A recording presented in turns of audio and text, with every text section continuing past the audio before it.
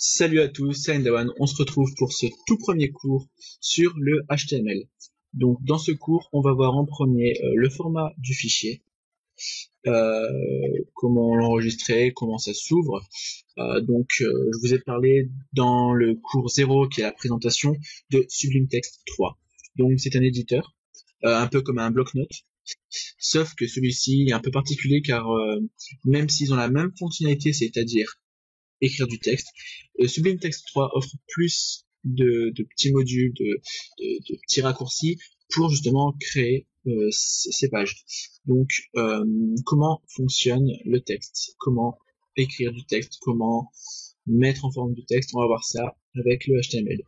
Donc déjà, on va commencer, on va écrire du texte.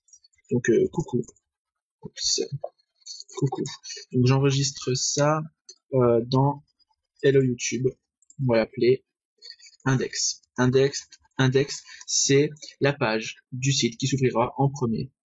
Donc la première page du site doit toujours s'appeler index. Je rafraîchis ma page. Coucou. Donc on a affiché notre texte. Quand je vais venir ici, Hello YouTube, si je l'ouvre avec un bloc-notes, donc voyons si j'arrive à trouver un bloc-notes. Voilà, bloc-notes. Donc est-ce que je peux l'ouvrir comme ça? Oui. Donc voilà, ici, coucou. Ça, franchement, ça l'enregistre comme on l'écrit. Donc on peut même coder avec un bloc-notes, sauf que c'est beaucoup moins utile. Sauf que voilà, on a écrit du texte. Si je saute une ligne, je vais écrire quelque chose d'autre. J'enregistre. On verra que le saut à la ligne ne se fait pas, car tout ça doit être fait en HTML. Donc déjà, une page HTML a des prérequis, c'est-à-dire on doit déjà dire certaines choses. Parce que, exemple, si je marque hey hey, le PC est à la base anglais, bon là ça ne le fait pas, mais le PC est à la base en anglais, donc le et ne s'affiche pas forcément correctement. Vous avez déjà sûrement vu des problèmes, je sais pas si je pourrais trouver ça sur un Google, problème charset, des problèmes d'accent, et donc voilà, comme ça. Donc ce genre de texte qui rend la chose illisible. C'est parce que on n'a pas forcément dit en quoi était encodée la page. Donc pour tout ce qui est encodage, vous pouvez aller voir ça sur Wikipédia. On va commencer déjà notre page HTML. Donc on va commencer vraiment avec du code. Donc on commence déjà à dire quel type de fichier c'est. Donc dans notre cas, nous c'est un fichier HTML. Donc on commence doc pour document type HTML, on ferme. On a déjà fini notre première ligne de code. Voici notre première ligne de code. Ensuite, on va dire que c'est du HTML. Donc on va essayer des balises HTML. Une balise s'ouvre, se referme dans 90% des cas. Ensuite, je décale avec ma touche Tab pour mettre une mise en forme. Et dedans, j'ai une balise head qui va contenir tout l'entête de ma page HTML. Ensuite, j'ai mon corps, mon body. Voilà mon body. Donc là, j'ai déjà commencé. Ensuite, je veux, donc pour éviter les problèmes d'accent, comme on a vu sur l'image, dire que c'est écrit dans une forme qui accepte les accents. Donc pour ça, c'est le charset UTF-8. Donc je crée une balise méta. Une balise méta, une balise qui sera lue par le navigateur, les robots, pour savoir comment lire la page. Donc là, c'est une balise qui ne s'ouvre pas et qui ne se referme pas. C'est une balise qui s'ouvre et se ferme en même temps. Donc le slash final se met avant de fermer la balise. Ainsi, il n'y a qu'un seul bout de code. Donc je mets un méta charset. Le charset, et on dit dans quel caractère ça sera fait. Donc ça sera UTF-8. Voilà. Ensuite, je vais marquer un titre.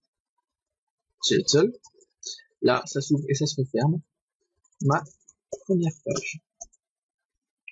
Maintenant, je vais sur mon site et rien. Si, le titre.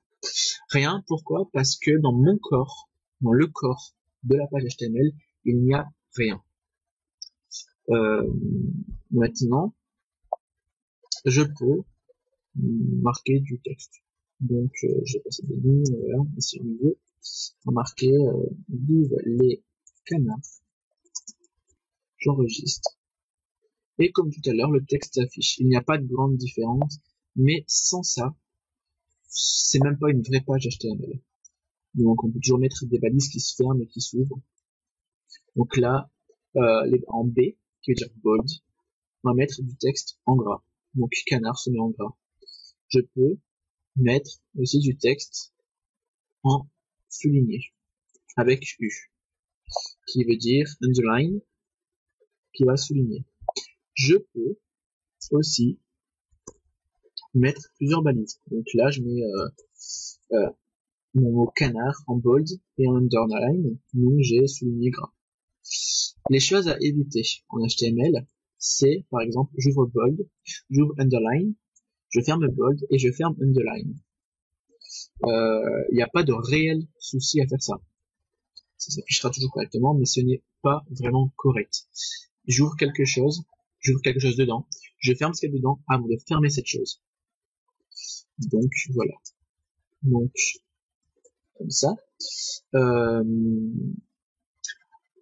Ensuite, je peux mettre aussi en italique. Italique en anglais qui se dit italique. I. Et là, les va être mis en italique. Donc voilà notre premier cours sur le HTML. Donc la structure de la base et quelques balises de base. Donc rappel, on met le doctype HTML car c'est une page HTML. On ouvre la balise HTML pour mettre notre page HTML.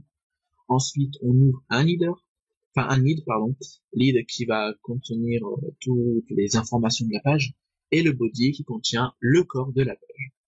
J'espère que ce premier tutoriel, ce premier cours vous aura plu. Vous pouvez laisser un j'aime, laisser un commentaire, des avis.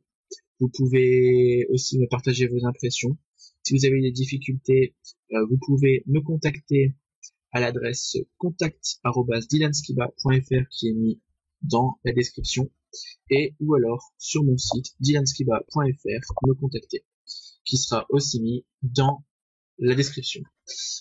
Donc je vous dis à tout de suite pour le second cours sur le HTML et le CSS.